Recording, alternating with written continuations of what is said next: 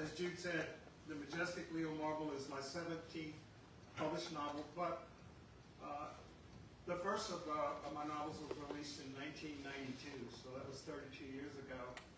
And I've learned a lot as a writer, and mainly because I've lived 32 years, and you can't help it. If you write, you learn new life lessons, and you try to put them in your work. This is my first auto-fiction work, and so I'd like to explain what auto-fiction is. You all know what an autobiography is and what a memoir, what both of those are. And of course, you know what fiction is. Autofiction is basically fiction, but you as a writer go back and include events and characters that actually were real, a part of your life.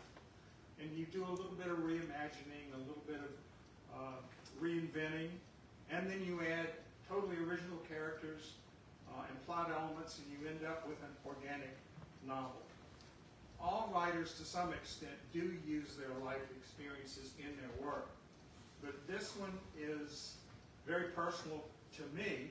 It's also my first LGBTQ work, because I am an LGBTQ widower. I lost my husband 7 years ago to cancer. And one of the things that happened to me after that, which will mean a lot to all of you here, I went to a grief counselor immediately, and she said, the best thing you can do is go out and meet people and make new friends. So the very next day, I joined the Mary Poole Bridge Club, and here a lot of you are, which I appreciate.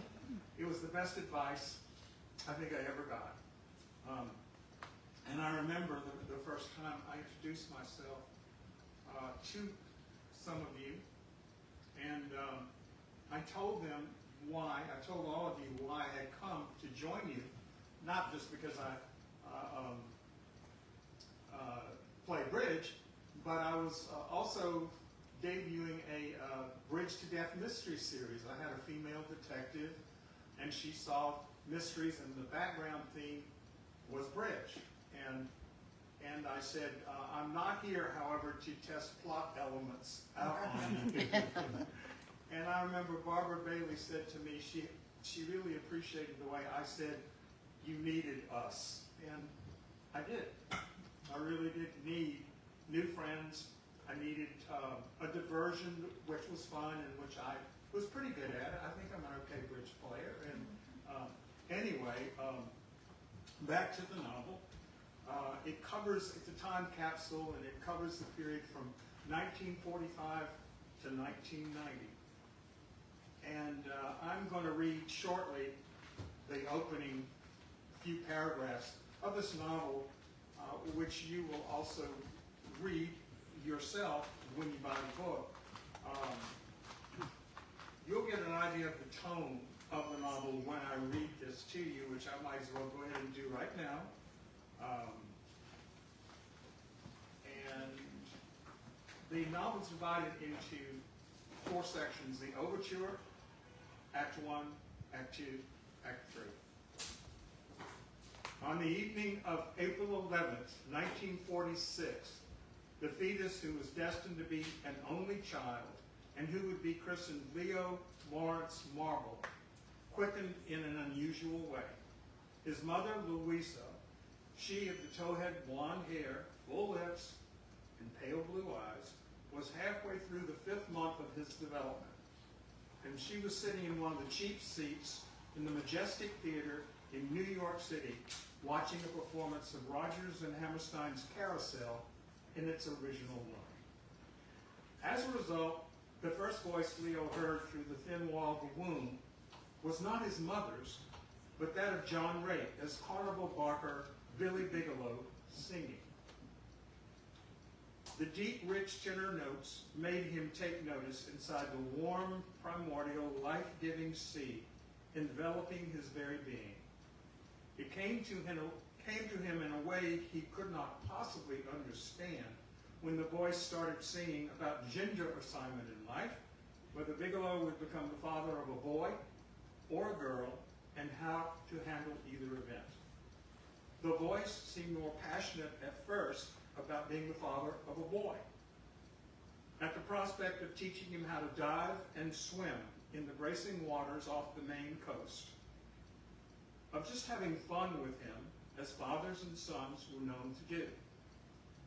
But as the 7-minute song progressed, there emerged an equal enthusiasm for fathering a pretty little girl with pink ribbons in her hair, a tintype of her mother, of taking care of her and putting food on the table and watching out for her when her little boy suitors eventually showed up with their emotions on their sleeve.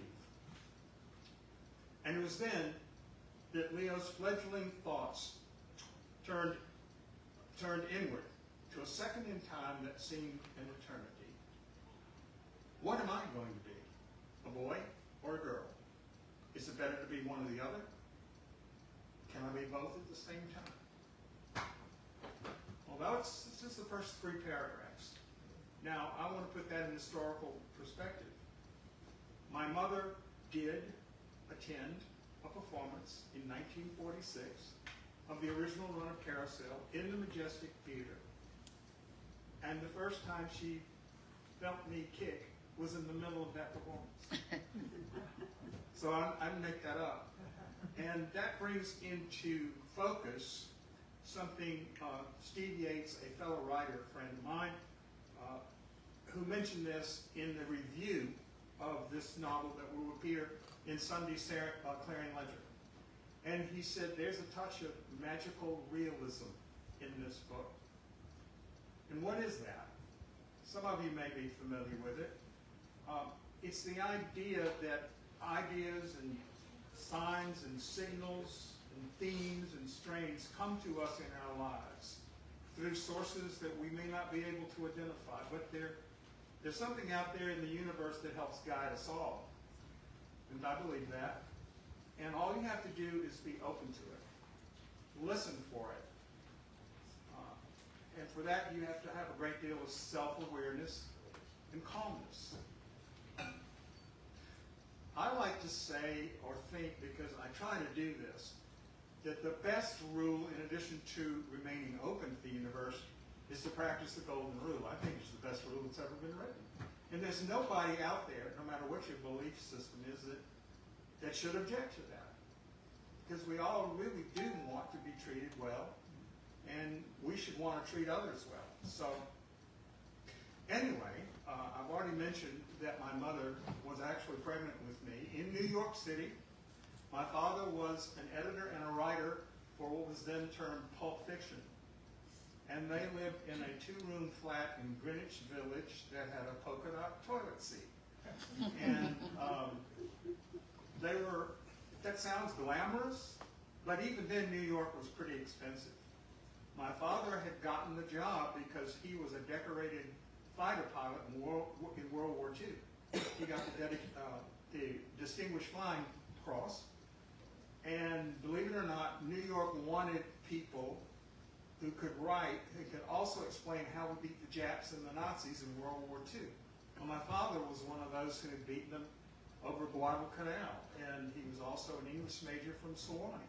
And so the universe of people who fit that were, like this, and he got the job.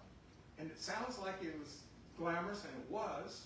They had a wonderful time at that time in their lives because New York was coming to life again after the World War II years. There was a lot of jazz music, there were a lot of new plays, a lot of new singers and actors. And they had a wonderful time, but they were still on a budget. And in the early passages of this novel, my mother, pregnant with me, complained a lot about all she ever got to eat was carrots and peas. And she said, I'm going to give birth to a big bowl of carrots and peas. And anyway, that was my debut in New York. My father, though, came back to Natchez after having his little career up there. It just turned out it wasn't enough money for a family of 3. So he read for the law, and he came back to Natchez, and he became a lawyer. And a lot of what goes on in this novel happened to me or my parents, but I do, as I said, reimagine them in a way that makes it it gives me more leeway, more license. So one of the things that I have Leo do novel, and Leo is and he isn't me. Some of the things that happened to him happened to me, but some of the things I am certainly glad didn't happen to me. I put him through the ringer. And so I think you'll like him. I think you'll pull for him, especially toward the end, when he gets to marry the man he loves, which is something he never thought would happen to him when he was a little boy growing up in the closet. But Leo moves to New Orleans and finally does come out of the closet. And as I did, he joins a gay rights coalition and begins to meet other people who are same-sex oriented. And I can tell you growing up that I never did, even in high school or at Sewanee, really get to meet other people. I mean, you might have suspected someone was gay, but back then, you didn't lead with that. You didn't say, hey, by the way, I'm gay. There were all kinds of consequences to that. And really, today, people don't and shouldn't lead with things like that. Too much information makes people uncomfortable. At the same time, you have to be able to make choices in life and be treated well, be treated equally. And so that's why Leo joins the coalition. And he meets a wide variety of people, men and women. One is a female hairstylist. One's a male hairstylist. One's a stockbroker. One's a food broker. One's a receptionist. One is an antique dealer and interior designer. In short, just as in real life, it's a cross-section of people who happen to be same-sex oriented and hold down a variety of jobs. And a very important character comes into Leo's life, as he came into mine. At the coalition, at one point, Leo's high school teacher, who taught him English and directed him in Carousel when he, 17 years later, played the very role his mother was pregnant with him. His high school teacher joins, and he has moved from Beaupre, Mississippi, which is, by the way, Natchez, to New Orleans to start teaching. And he becomes an important character. And this has a relevance in the plot, because one of the things that happens, which some of you may recall, is in the late 70s, Miami-Dade County, Florida, passed an employment discrimination ordinance, which guaranteed that you couldn't not hire someone or fire someone because of their religious beliefs or their race or their ethnicity, and it even addressed gender, which at that point Anita Bryant decided that we couldn't have that discrimination ordinance because gay teachers would convert students in the classroom. I personally was outraged, but the whole coalition was outraged. And inadvertently, she actually started the whole gay civil rights movement as a reaction to this idea that gay teachers would simply not teach. My best teacher was this character. He was my best teacher in English. He brought literature to life. He directed me in the high school production of Carousel. He was a smart man. And like Leo does in the novel, he camouflage dated. Do you all know what camouflage dating is? Leo did it because he overheard his parents saying at one time, he can't be our son and not be interested in girls. You know what that's like to hear that from your parents? Overhearing it, you know? That's what they're saying is, he's not ours. So Leo spends a lot of time in the novel camouflage dating girls to show that he fits in. So did Leo's teacher. And what's interesting about this novel is it explores a lot of things that I found out once I got down to New Orleans and joined this group of people. Leo meets a lavender marriage man. You all know what a marriage of convenience is? It's when a man or woman marries another person of the opposite sex to prove that they're not gay, or to hide that. They may even have children. They may even eventually get divorced. So I explore that, and it's not all done at once. I unveil it and unspool it slowly for you. Leo and his coalition decide that after Anita Bryant actually does defeat that ordinance, 70% to 30%, by the way, of people in Miami thought that gay teachers were predators and a threat to their students. We actually, of course, found out that she was coming to New Orleans for a Summer Pops concert. She was a singer. She was actually a good singer. She was actually a good spokesperson for the Florida Citrus Commission. She sold orange juice. She did really well. They hired her to do that, not bring religion and politics into their product promotion. And that's what she did. So she had signed up to do one of her concerts in New Orleans at the Louis Armstrong Center the summer after she defeated the employment ordinance. So we got together and we got a parade permit and we planned a march through the French Quarter peacefully. Political violence has no place in our country. We got together with the New Orleans Police Department. They agreed to have a lead car with a flashing blue light and one in the back, and certain police officers on either side to make sure that nothing happened. And one thing happened, and you'll have to read it to find out what it did. But we were very peaceful. We didn't interfere with her performance. We didn't block any entrances. We were cordoned off, and we just sat there respectfully, in numbers, 3,000 strong. About crowd size, huh? And it was good. And we had a good feeling about it. At the same time, we organized a letter writing campaign to the Florida Citrus Commission. And I remember myself and my teacher friend we drafted a letter, and the letter was designed to explain rationally why we were going to boycott Florida citrus products. And we were very polite about it. We said Anita Bryant is a very good spokesperson for your product. She's done a really good job. And she's a good entertainer. But here's why we're not going to buy your products anymore. And about 3 months after that, they renewed her contract. But we kept on. We kept on with our writing campaign all over the country. Others did too. And I think maybe about 6 months, maybe a year later, they did not renew it.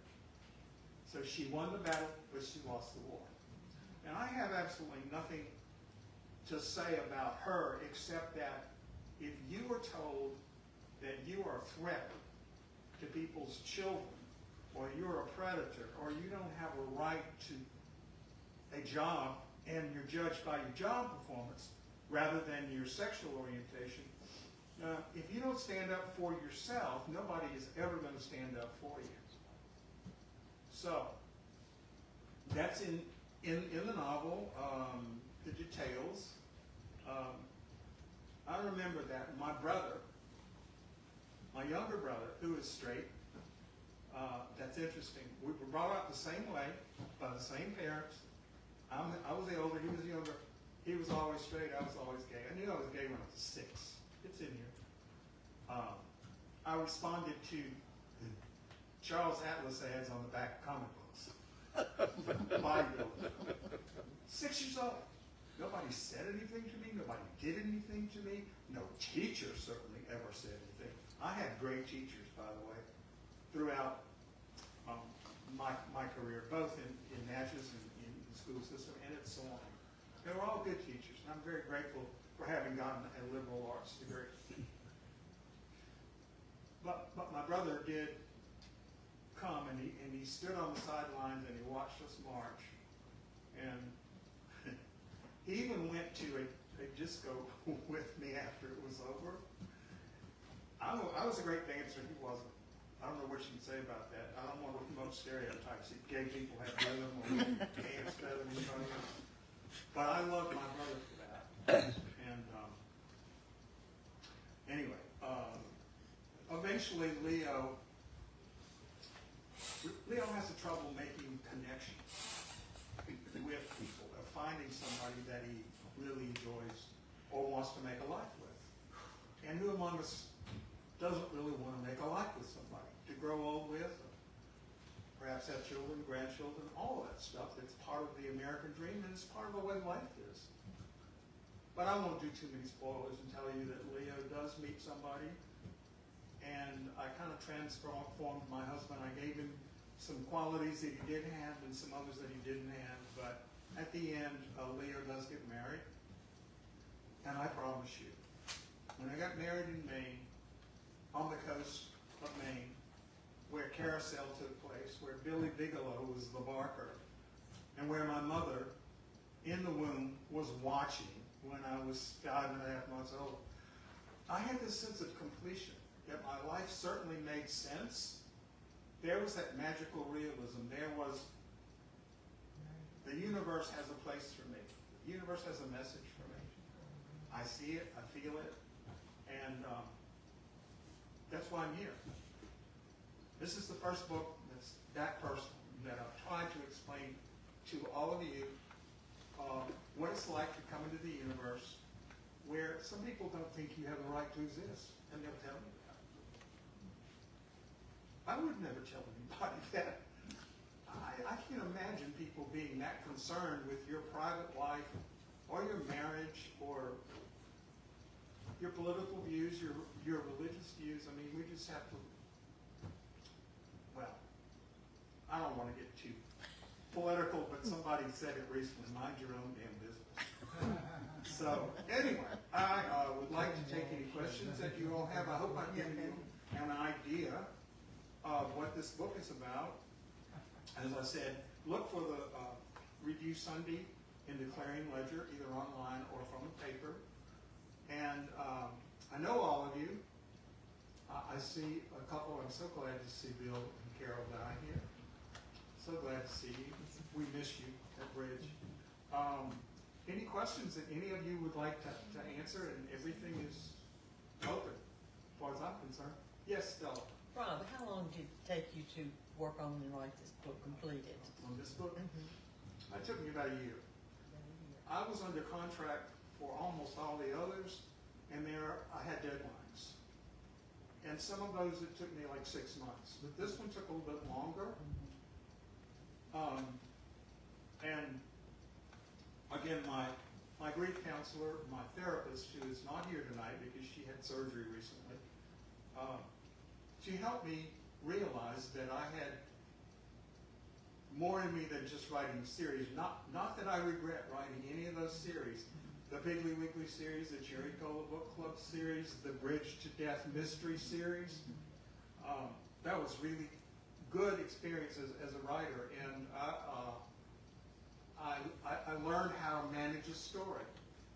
But this autofiction was something that took me longer to do, because I really didn't want to stray too far from reality.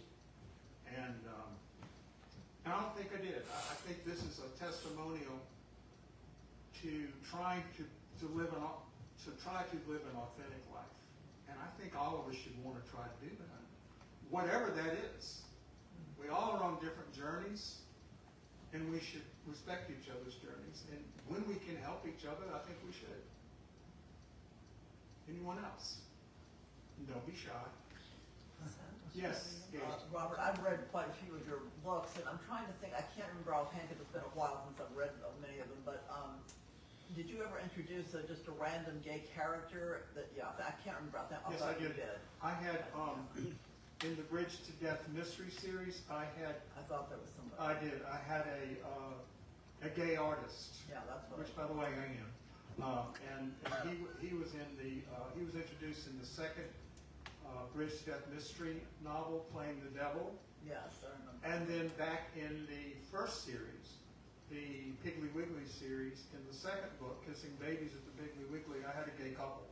I remember that. And they were peripheral, though. They weren't main characters. Major characters, yeah. And there was no attempt to give a history of what they went through. Right. They were just there. They were just kind of limited. Which is something that is true in our society in general.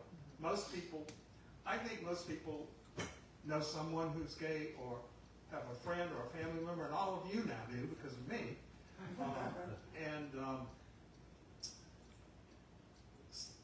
For a long time, many of us were reluctant to say, I'm here. Because there were all kinds of risks that we ran in employment. We might be expelled from a church. We might be disowned. Of course, that never happened to me, but I have known people who were disowned by their families. They were just kicked out. And I can't imagine having a child and not embracing that child, no matter what. I just can't imagine that. So, somebody else had something they want to say. Yes, Jude.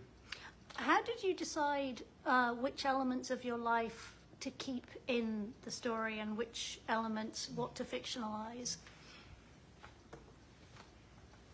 If they had something to do with my evolution, with my being the person that I am now, I wanted to include them. Like the Charles Atlas thing. I didn't understand that. My parents would buy the comic books, you know, Donald Duck stories and Little Lulu, and I'd read them and so forth, and I'd turn them over.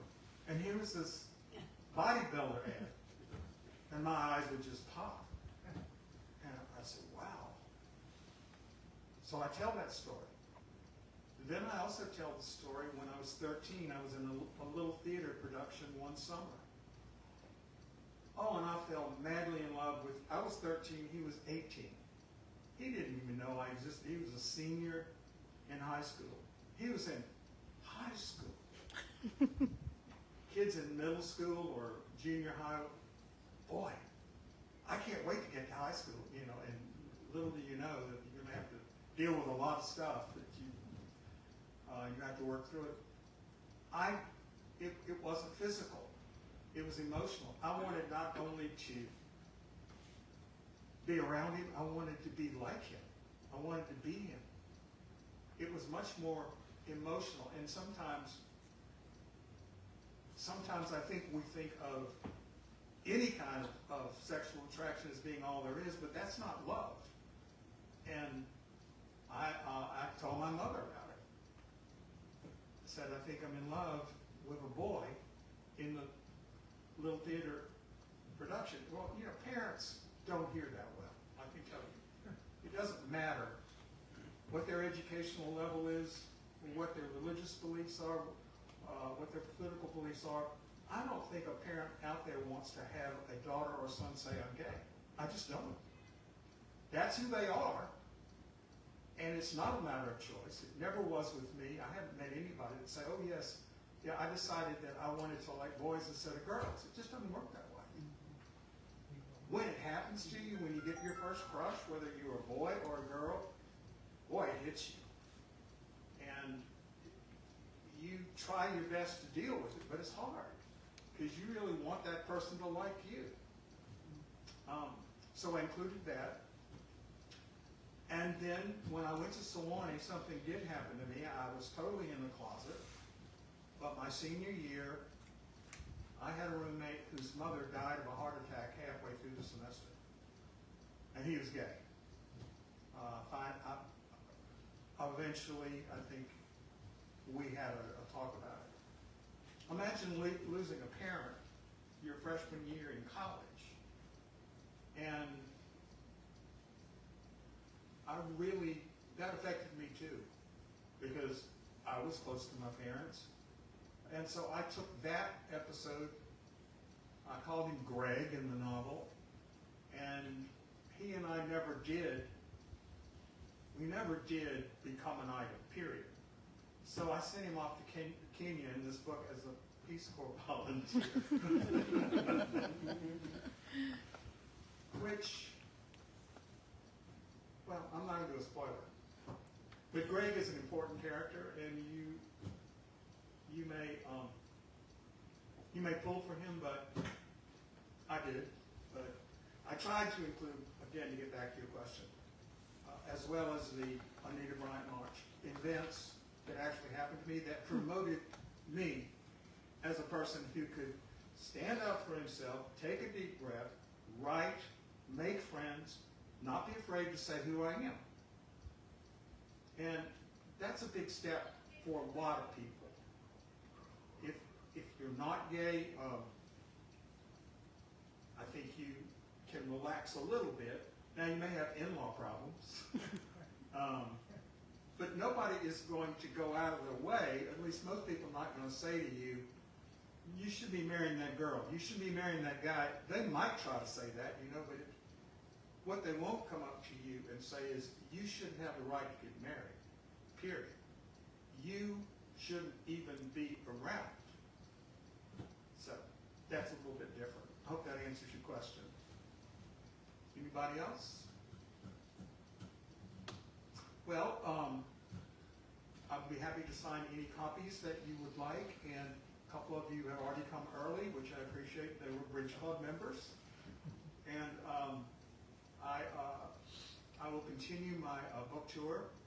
I'll be in Jackson at the Mississippi Book Festival on a panel. I'll be in Natchez at the Mississippi Library Association Convention on a panel. I'll be in Louisiana and Baton Rouge on a panel. And I will be in New Orleans at the Tennessee Williams Literary Festival on a panel.